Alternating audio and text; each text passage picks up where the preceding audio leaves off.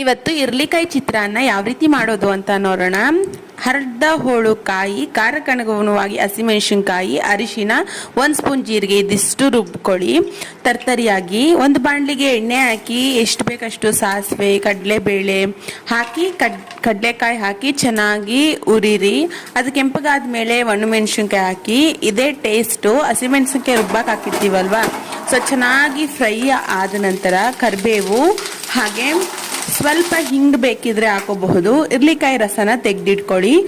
ನಂತರ ನೀವು ರುಬ್ಬಿಟ್ಕೊಂಡಿರ್ತೀವಲ್ವಾ, ಆ ಮಸಾಲೆ ಹಾಕಿ ಹಸಿ ವಾಸನೆ ಹೋಗೋ ತನಕ ಚೆನ್ನಾಗಿ ಹುರ್ಕೊಂಡು ನೀವು ಒಂದು ಮೇಲೆಲ್ಲ ಎಣ್ಣೆ ಬಿಟ್ಕೊಂಡ್ಮೇಲೆ ರುಚಿಗೆ ತಕ್ಕಷ್ಟು ಉಪ್ಪು ಹಾಕಿ ಹಾಗೆ ಇರ್ಲಿಕಾಯಿ ರಸನ ಹಾಕಿ ಇಟ್ಕೊಂಡ್ರೆ ನಿಮ್ಗೆ ಯಾವಾಗ ಬೇಕು ಆವಾಗ ಈ ಗೊಜ್ಜನ್ನ ಅನ್ನಕ್ಕೆ ಕಲ್ಸ್ಕೊಂಡು ತಿನ್ನಬಹುದು. ತುಂಬಾ ಚೆನ್ನಾಗಿರುತ್ತೆ.